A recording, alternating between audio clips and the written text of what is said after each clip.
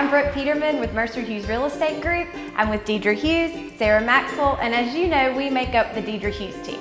Today, we are at a lovely 2-acre restored farmhouse in Hahira, Georgia. This home has so much to offer, but let me let Dedra and Sarah tell you what they think. Well, I'm the one that actually got to restore this beautiful farmhouse. The original part of it was built in the late 1800s and added onto. Beautiful LVP flooring, large open rooms. There's a great room here that is large enough for a family reunion or a friend reunion for Thanksgiving. A separate dining room, an office, and 3 bedrooms. In the master, there's a soaking tub and twin walk-in closets.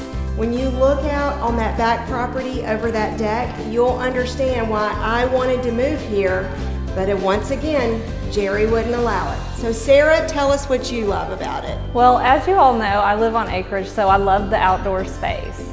This home has a chicken coop. It has 2 beautiful porches, front and back, but my favorite, the friend entrance right off the side. So come on, call Brooke or your favorite realtor. Let's go see it today.